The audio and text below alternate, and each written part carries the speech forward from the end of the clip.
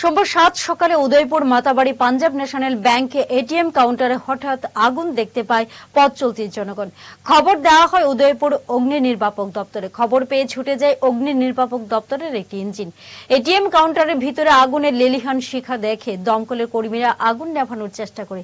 বেশ কিছুক্ষণ পর আগুন নিয়ন্ত্রণে আনেন অগ্নি নির্বাপক দপ্তরের কর্মীরা।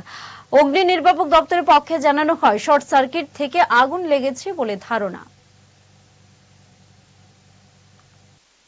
আমরা খবর পাইছি যে মাতাবাড়িতে যে ইউবিআই এর যে ইয়েটা আছে, এটিএম আছে, এটার থেকে ধোঁয়া বার হইতেছে। তারপরে আমরা আইসা দেখছি ভিতরে ইলেকট্রিকের তার যে আছে এটার মধ্যে শর্ট সার্কিট হয়ে আগুন লাগতেছে, আগুন জ্বলতেছে। তারপরে আমরা সিওটু দিয়ে এটারে করে দেখছি, কোনো ধোঁয়া রয়ে গেছে, এটা ধোঁয়াটা বার হয়ে গেলে আর কিছু হইতে হবে এমনি কি টাকা পয়সা কোনো ক্ষয়ক্ষতি হচ্ছে? না, এটা তো আমরা দেখি নাই। ওখানে যেটা দেখছি এটা ইলেকট্রিকের তার যেটা আছে এটাই জ্বলছে। জুড়ে থাকে বাঁধন আপনার চেয়েও আপন, জুড়ে থাকে বাঁধন আপনার চেয়েও আপন, আপনার চেয়েও আপন।